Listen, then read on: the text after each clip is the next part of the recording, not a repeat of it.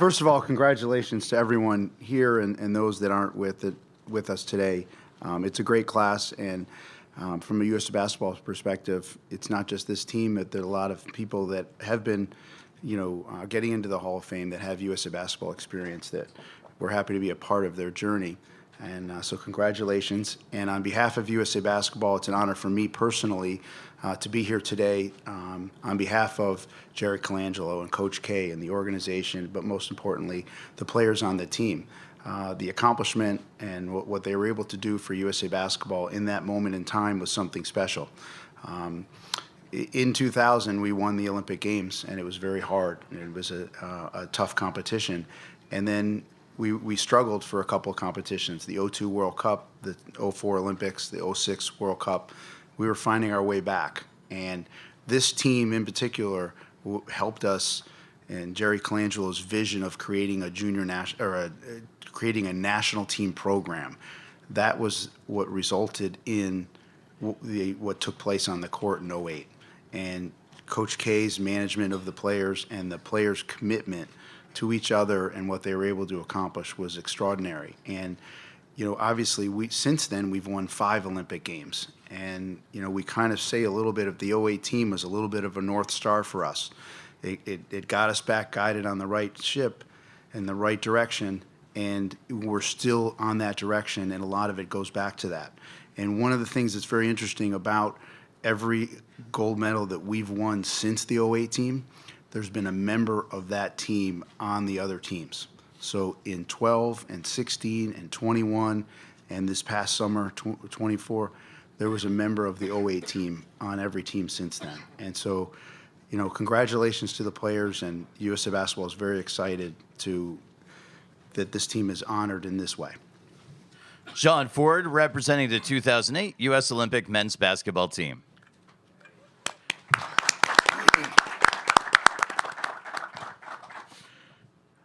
Our next member of the 2025 class is Carmelo Anthony. A prolific scorer and a 10-time NBA All-Star, Carmelo Anthony left an indelible mark on the game with his ability to take over offensively. From leading Syracuse to an NCAA title as a freshman to being one of the NBA's all-time leading scorers, Carmelo's impact was felt at every level.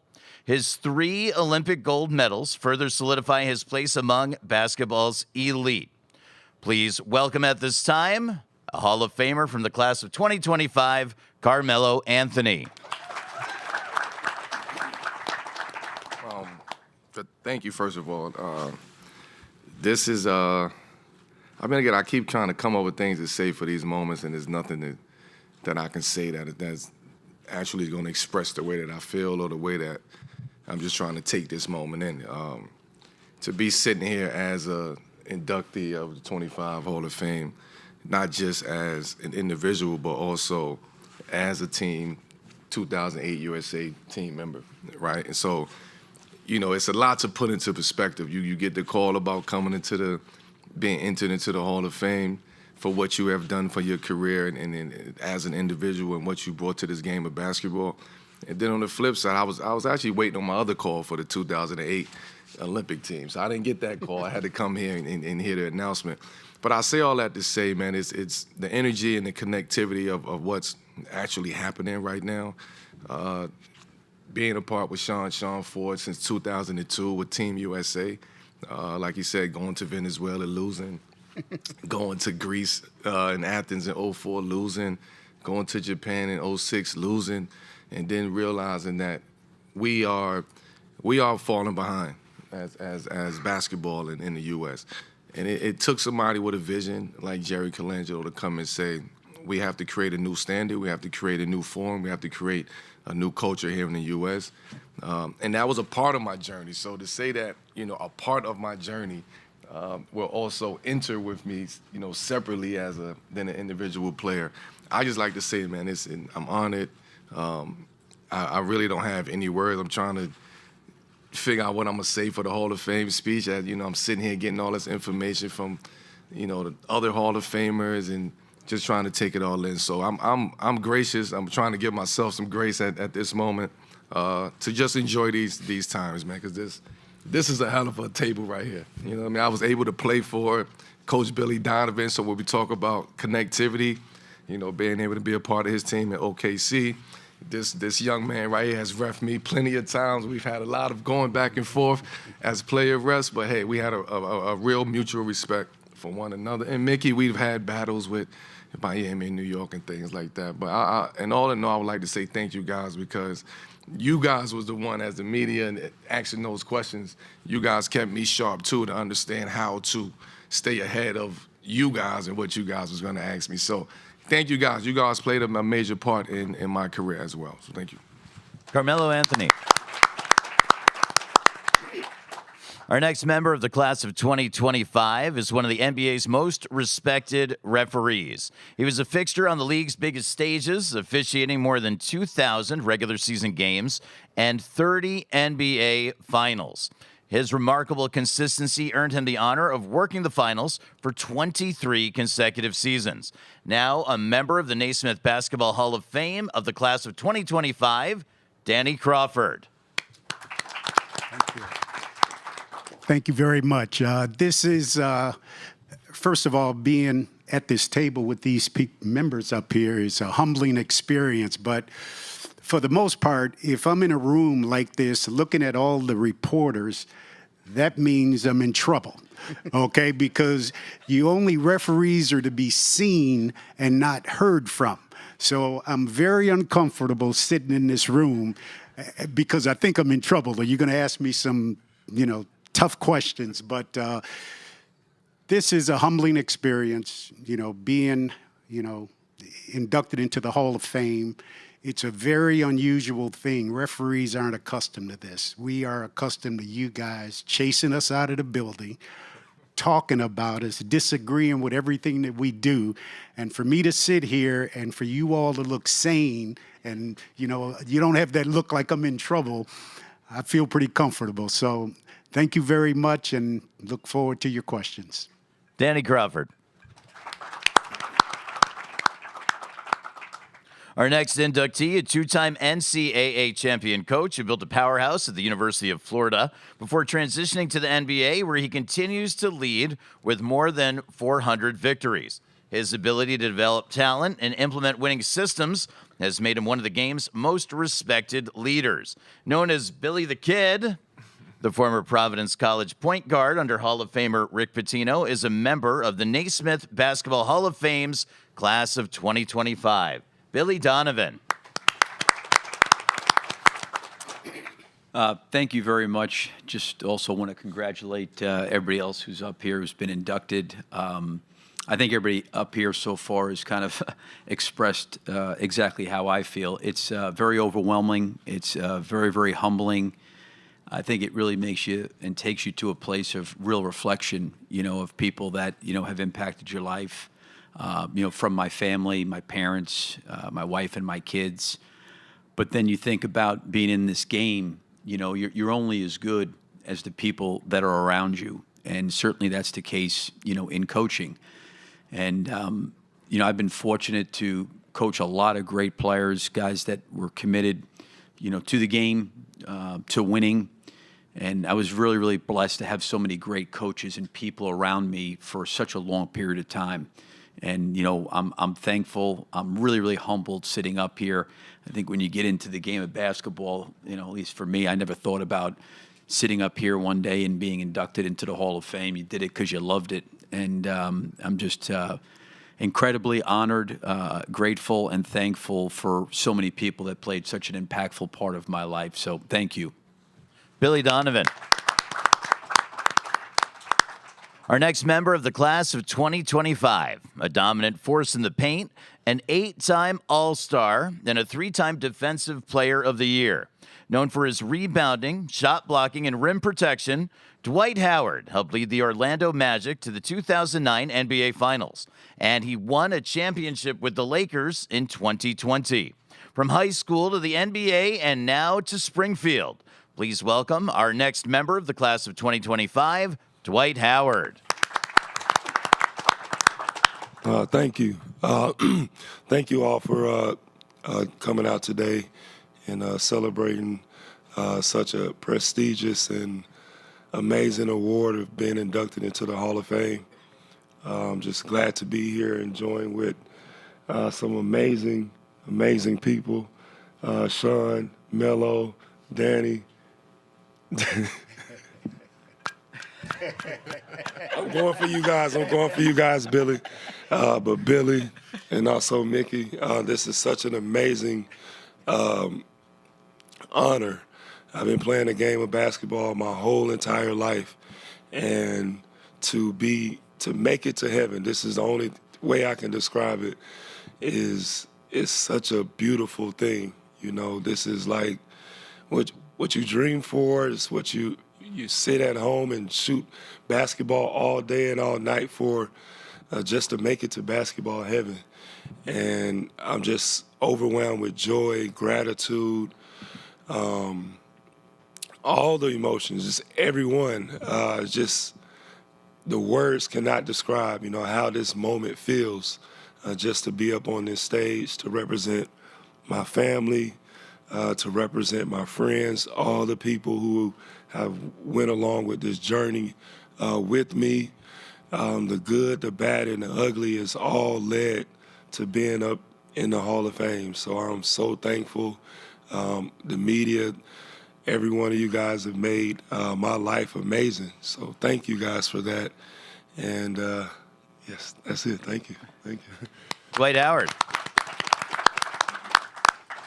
Since acquiring the Miami Heat in 1995, our next Hall of Fame inductee has transformed the franchise into one of the NBA's most successful organizations, winning 3 NBA championships. His leadership, alongside Pat Riley and Eric Spoelstra, has defined a culture of excellence, both on and off the court. This longtime owner will now be forever enshrined in the Naismith Basketball Hall of Fame as a member of the class of 2025. Please welcome Mickey Arison. Thank you, and congratulations to everybody up here. It's been a fascinating 24 hours spent with you guys. It's been great. It was never my goal to be up here. My goal was to try to put together an organization that the community in Miami would be proud of, that we would compete at the highest levels. So I went out and got some of the best people I could, starting with Pat Riley, and they took it from there. To me, this is an award and a recognition of the efforts of the organization, the Miami Heat organization, all its employees, and especially its great players that we've had over the last 30 years. So on their behalf, I'm accepting this award and thank everybody for recognizing their efforts. Thank you. Mickey Arison. These 6 individuals join Sue Bird, Maya Moore, and Sylvia Fowles. Those 3 individuals are at the Women's Basketball Final Four in Tampa as members of the class of 2025. So having heard from our distinguished guests and inductees, if you have questions for them, please raise your hand. We have 4 microphone stewards circulating. Let's start in the back on the right side, and we'll take a question. Yeah, this is for Carmelo and Billy. 2 people in the Hall of Fame now that it started at you guys in the Final Four where you're at right now. Do you ever go back and look at those memories, and just what does it mean for you guys to be here at the Hall of Fame getting this honor when it started there for you both? For me, it's the Final Four holds a special place for me because it was a moment where you had to really come together. I mean, you had to come together throughout the tournament, but the Final Four is a different type of moment that you have to come together. You have to block everything out. It's media that you have to deal with. It's a whole run of show that you have to deal with in the Final Four, alongside having to focus on the game of basketball. And I just think the way that teams are able to come together throughout the Final Four in the course of the Final Four, that's the moment that really determines who you are, what happens, what type of team you're going to be, what type of people you're going to be. And these relationships and friendships carry over for a lifetime. So those were some of the experiences that I actually was very well aware of as I was going throughout the Final Four. And I also had Coach Boeheim alongside with me who's been there, who understood what it takes to win, what it takes to be in a situation in a moment like that. So it was a lot of kind of jitters going on out there, but also when you 17 and 18, you're not getting nervous. It's like you going out there, you playing basketball. Luckily, I had the opportunity to play in front of 30,000 on some nights in the Carrier Dome, so I was used to playing in front of big arenas and big crowds. So coming to New Orleans in 2003 was a very, very special moment. And also, you knowing the game of history, the game of basketball, and being a student of the game, I also knew that Coach Boeheim lost in that same arena to Indiana years ago to keep Smart in that same corner, same shot. So though that play kept playing alongside in my brain, and I say all that to say there's nothing like a Final Four moment. So I just hope everybody who's experiencing this Final Four moment enjoy it, understand what it is, because as a player, it's a special moment. Same question to Coach Donovan. Yeah, it's interesting listening to Carmelo talk because he doesn't even realize this. I was in the Final Four when Smart made that shot.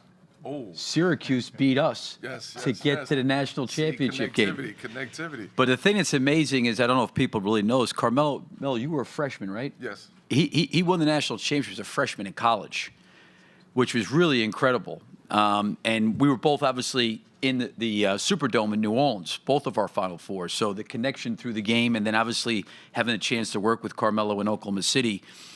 For me, I don't think Providence had been to the NCAA tournament for 10 straight years. So this was kind of like all new. Syracuse, was really already established as a program, for a long period of time. And, they were close to getting to a national championship. And obviously Carmelo and the rest of that group took them over the top. But, for me to experience that, after never even getting to the NCAA tournament for 3 straight years, it changes your life and your perspective, and, you learn a lot. We were in the Big East, so we played in the Carrier Dome, and Carmelo's right, it's 30,000 people. But you go to the Superdome there, it's 65, 70,000. It's a totally different atmosphere experience altogether. So to have it be my senior year, to get to a Final Four like that was just an incredible experience that, I don't even know if you know how to prepare for something like that. We're going to go up front to the left side. Adam. Yeah, hey guys, Adam Zagoria from NJ.com. This is for Carmelo and Billy. Cooper Flagg was right up there where you guys are yesterday, accepting National Player of the Year honors. How special is what he's doing right now as a freshman? Carmelo, a lot of people comparing Cooper to you, obviously trying to win it as a freshman. How good is this kid, and how do you see him projecting immediately into the NBA? Can he make an impact right away?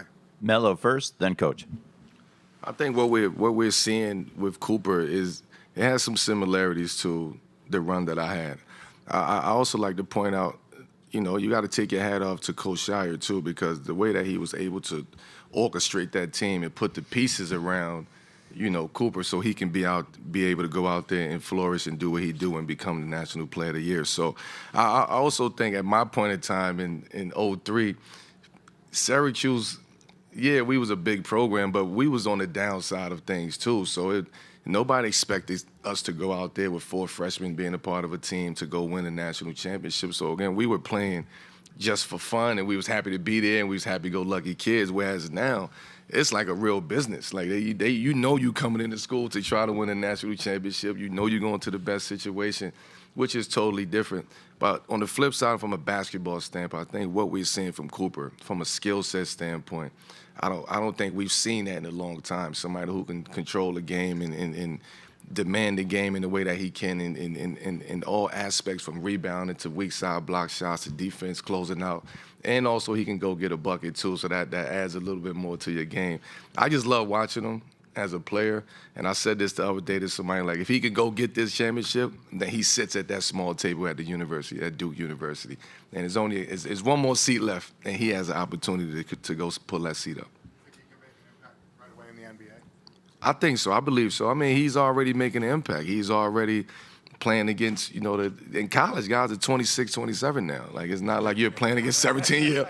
You're playing against grown men in college. So he had the opportunity to play against the USA team in practice. So, I mean, if you get that experience at 17, 18 years old, I mean, I just hope you give him some grace. Give him a time to develop, a couple years. We can't vouch for Adam, but other people will give him grace out there. But, Billy. Yeah, I think the game's changed so much because of what Carmelo said. A lot of these guys are older now. Guys are staying in college longer because of the NIL and the opportunity to earn money, right? I can't sit there and say that I've watched a lot of his games. I have watched him, but the one thing that stands out to me, besides the skill level, is the tenacity, the toughness, and the competitiveness. And, Dwight and Carmelo know this better than anybody. Like, and I was in college for a long time. These guys have a different mindset competitively. And if you don't have that mindset, it's really, really hard to survive up there as a player. And he appears to have that kind of mindset. That's going to serve him well. And to Carmelo's point, he'll get better and he'll skill into development. But I think probably Dwight and Carmelo could speak probably more eloquently than I could of what it was like to come into the NBA as a rookie and know, okay, really, he's showing up, this young guy. Okay, I'm going to try to do something. This is the way these guys are, But I think because of Cooper's competitiveness and leaning into stuff and the physicality, that's going to really, really serve him well as his skill level continues to grow and develop. Dwight, did you have a thought on that? Yes, I've had a few chances to watch Cooper play, and I think he's an awesome young player coming in to the NBA at a very young age. Could be very difficult, and I think that his time at Duke, the way that the staff has really helped him grow as a player and a person, he's going to be great in the NBA, and I'm looking forward to seeing him thrive. Thank you. All the way to the back on the left. Gene Thompson, ESPN 97.5. This question is for Danny Crawford. Danny, I know you officiated a lot of games, especially ones with Carmelo and Dwight. Could you tell us all which one of these guys really gave you the business? Both. Both.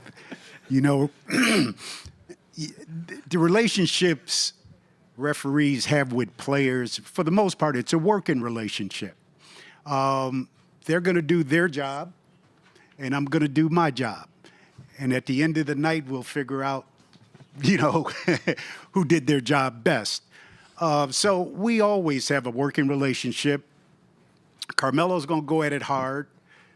Dwight's going to go at it hard. And I'm going to go at it hard in a different way. Mine's more mental. Theirs is more physical. And we're going to have a working relationship on the court.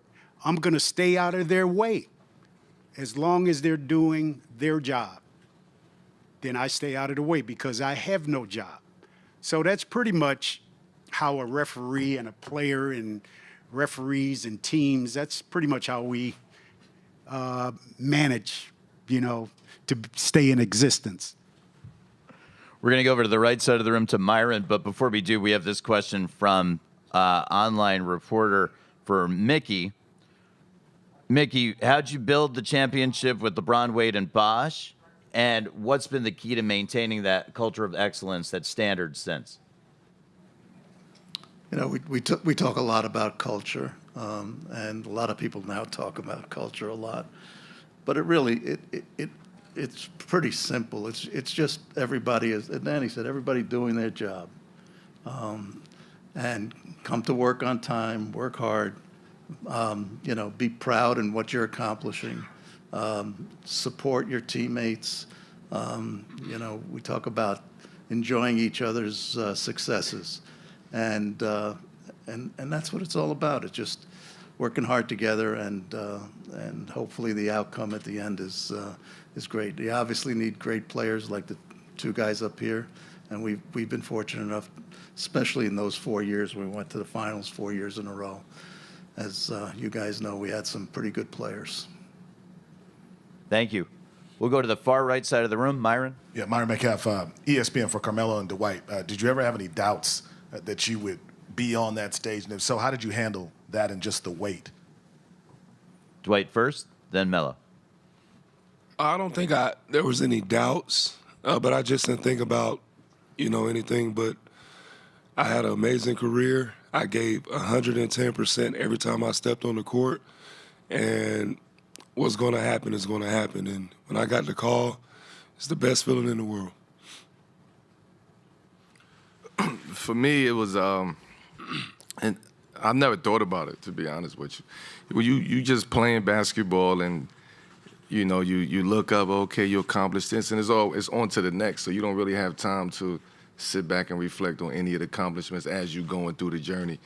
So I've never thought about the Hall of Fame.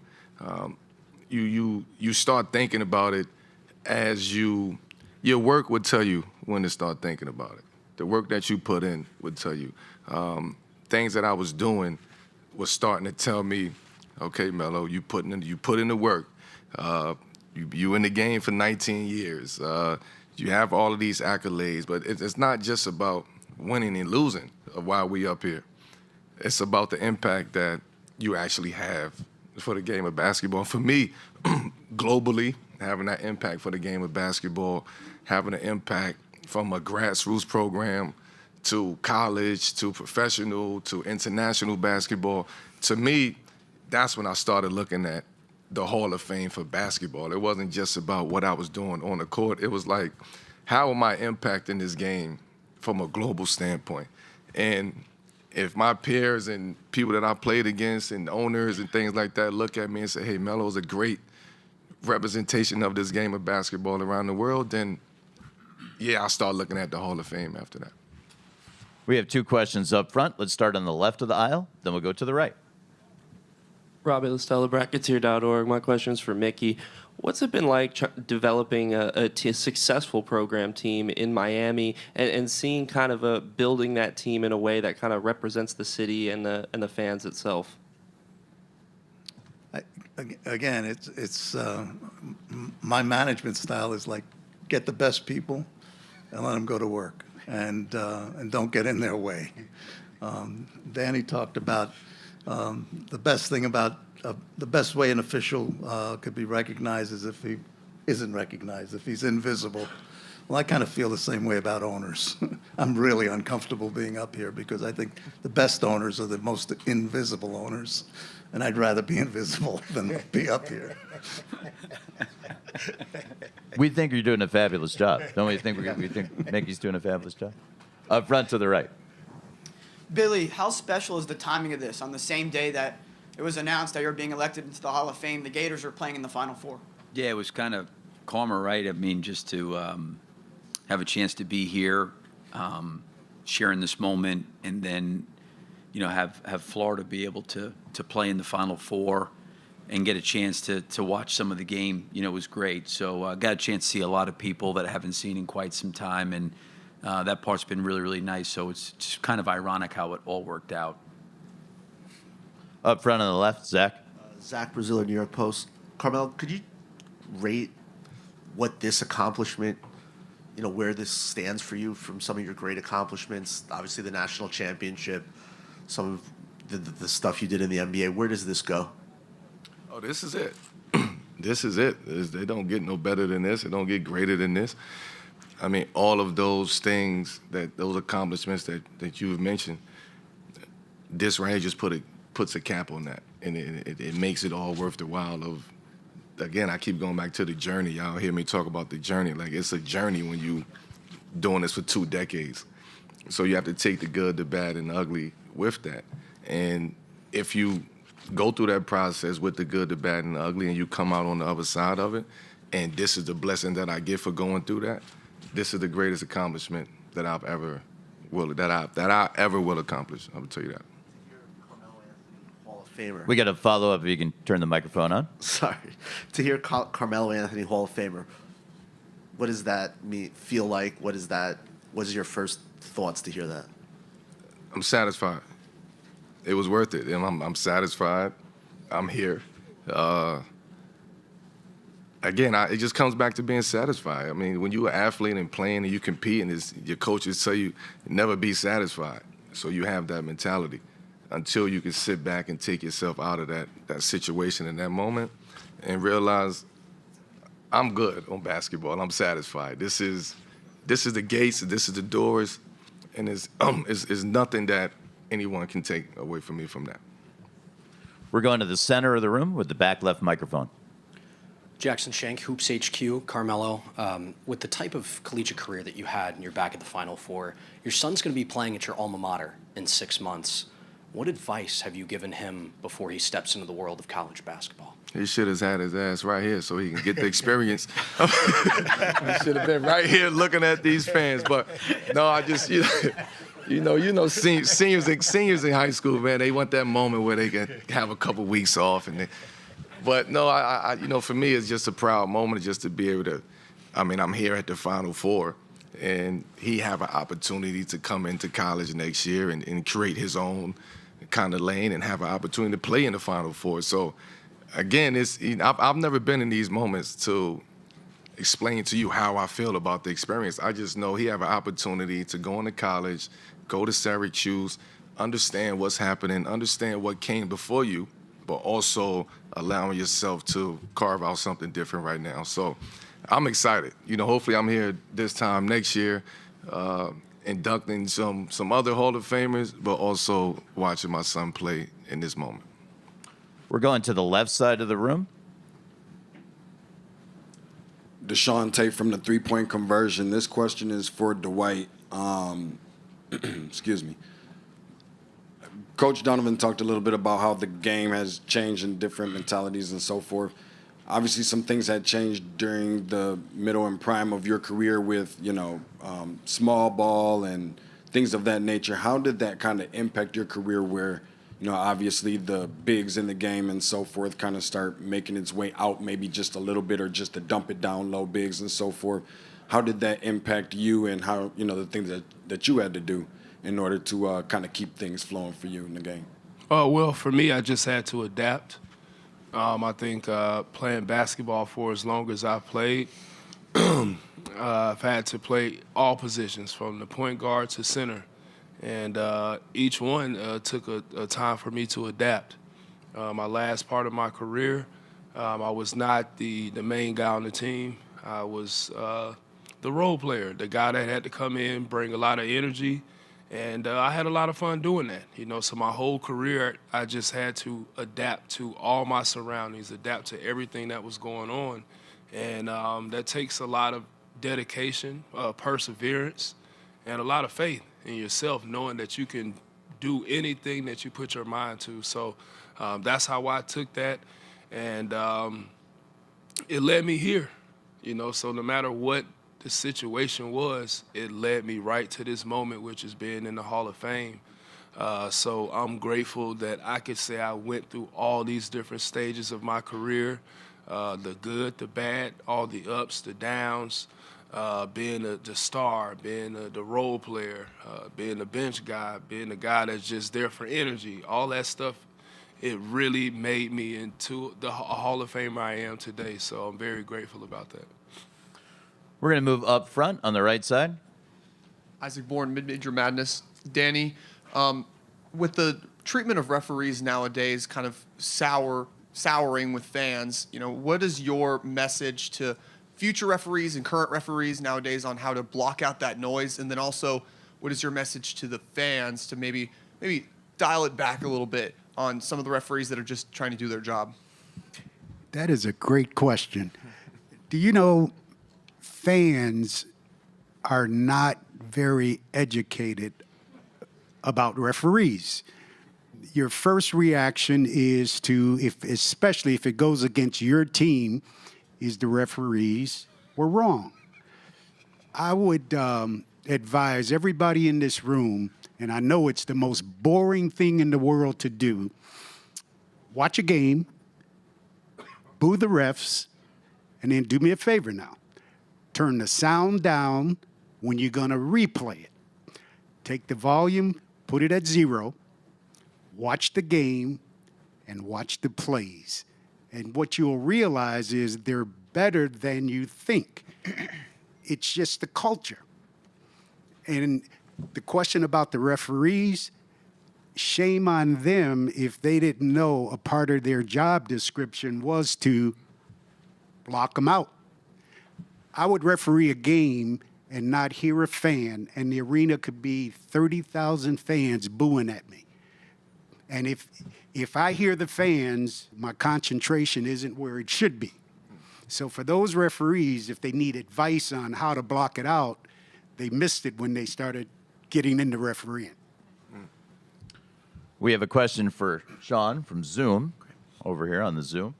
What do you think the defining moment was from the 2008 run, and how did the strategy in the years leading up to it help achieve that moment? I think the defining moment for the team was the gold medal game. We were fighting our way back when we were unsuccessful in winning at the World Cup in 2006 in Japan. We had a really tough loss to Greece. Dwight and Carmelo were there. It was really a tough loss, but a lot of good came out of it, and you learn a lot. You learn more from a loss than a win, unfortunately. But we fought our way back, and we had to qualify for the Olympic Games. So we had to train and play in a tournament in 2007, and they were both on the team. We were fighting our way back, and I remember there was a time, we're heading into the quarterfinals. It's in China, and it was just. The team was doing great, and China loved basketball, and they loved basketball, so they loved our team. But even then, we get to the quarterfinals. We really haven't accomplished anything yet. We had 3 games, and we were playing well, and we get to the game against Spain, and it was a war. It was really a challenge all the way through. I remember there was talk last night a little bit. There was a timeout with 8 minutes to go, and it was a 2-point game. And it was as if there was no strategy discussed. It was just we just needed a break. We just wanted to stop. It was like going back, in a boxing match and just between rounds.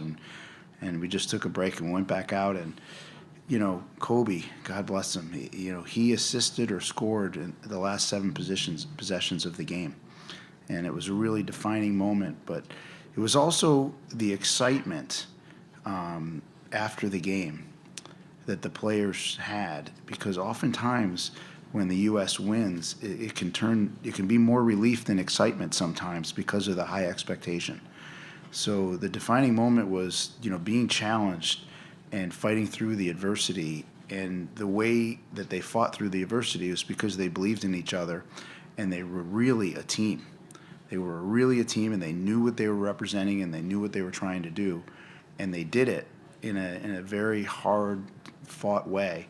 And the excitement that they had, there was no relief. It was all exhilaration. And so that was it was a special moment. And I think once they feel it, we're bonded for life. And, I would say to you, it's interesting, not all the players knew that they got in. I ran into Chris Paul this morning. He came, we have, 65 high school players here at a camp.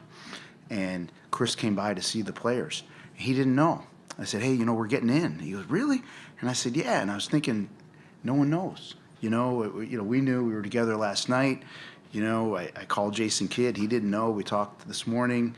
Dwayne Wade, we text Tayshaun Prince, Carlos Boozer, Mike D'Antoni, Nate McMillan. They're so excited. People didn't know, because, it's not like, we got in.